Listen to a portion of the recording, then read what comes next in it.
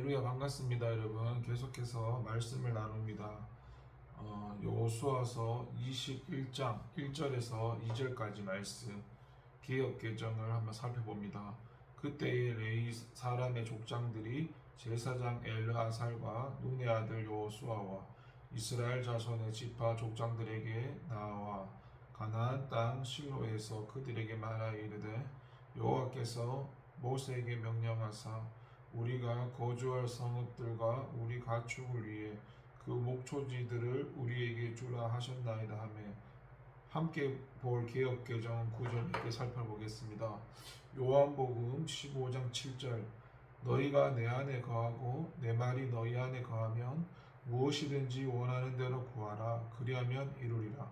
요한 1서 5장 14절의 말씀 그를 향하여 우리가 가진 바 담대함이 이것이니 그의 뜻대로 무엇을 구하면 들으심이라. 아멘. 여러분, 하나님의 말씀에 근거해서 그렇게 구할 때 하나님께서는 반드시 들어주십니다.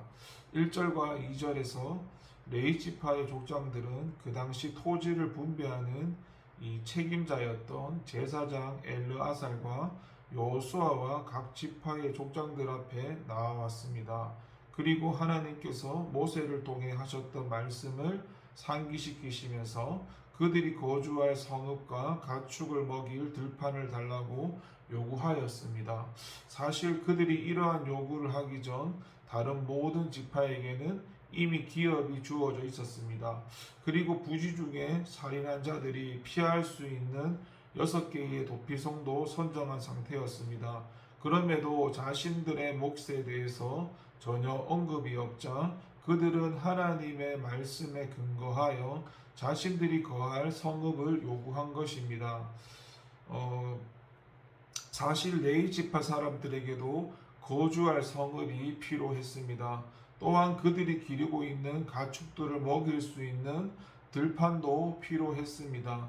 하지만 중요한 것은 그들이 하나님의 말씀에 근거해서 성읍을 요구했다는 사실입니다. 민수기서 35장에 보면 오래전 하나님께서는 모세를 통해 레위 지파에게도 그들이 거주할 성읍과 들을 주라고 말씀을 하셨습니다. 그들은 그 말씀을 기억하고 자신들에게 필요한 성읍을 달라고 요구한 것입니다. 이와 같은 레위 지파의 족장들의 요구는 하나님의 말씀에 근거하고 있다는 점에서 어떤 개인적인 욕심에서 나온 것이 아닌 정당하고 신앙적이라고 할 수 있습니다. 하나님께서는 이미 그들에게 필요한 것은 아셨을 뿐 아니라 그들에게 성읍을 주시겠다고 약속하신 것입니다. 우리 또한 하나님께 무엇을 구할 때는 철저히 하나님 말씀에 근거해야 됩니다. 그래야 그 요구에 대한 응답을 받을 수 있습니다. 하나님은 우리가 무엇을 구한다고 해서 항상 다 들어주시지는 않습니다.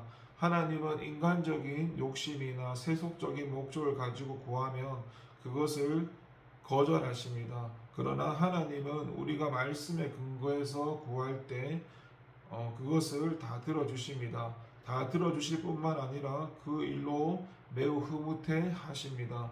사람들은 얼마든지 약속하고도 언제 그랬냐는 듯이 파기하고 거절하지만 하나님은 그렇지 않으십니다. 왜냐하면 하나님은 신실하시기 때문입니다. 하나님은 하나님의 속성상 그것을 들어주지 않을 수가 없습니다. 이러한 하나님이시기 때문에 우리는 하나님의 그 어떤 약속이라도 믿고 따를 수 있는 것입니다.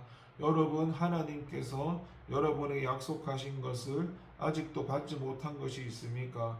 그렇다면 지금 하나님의 말씀을 붙잡고 구하십시오. 그러면 하나님은 여러분의 요구에 반드시 응해 주실 것입니다. 마치 레위 족장들이 하나님의 말씀을 붙잡고 요구할 때 거주 성읍을 받았던 것처럼 말입니다. 말씀을 정리하겠습니다.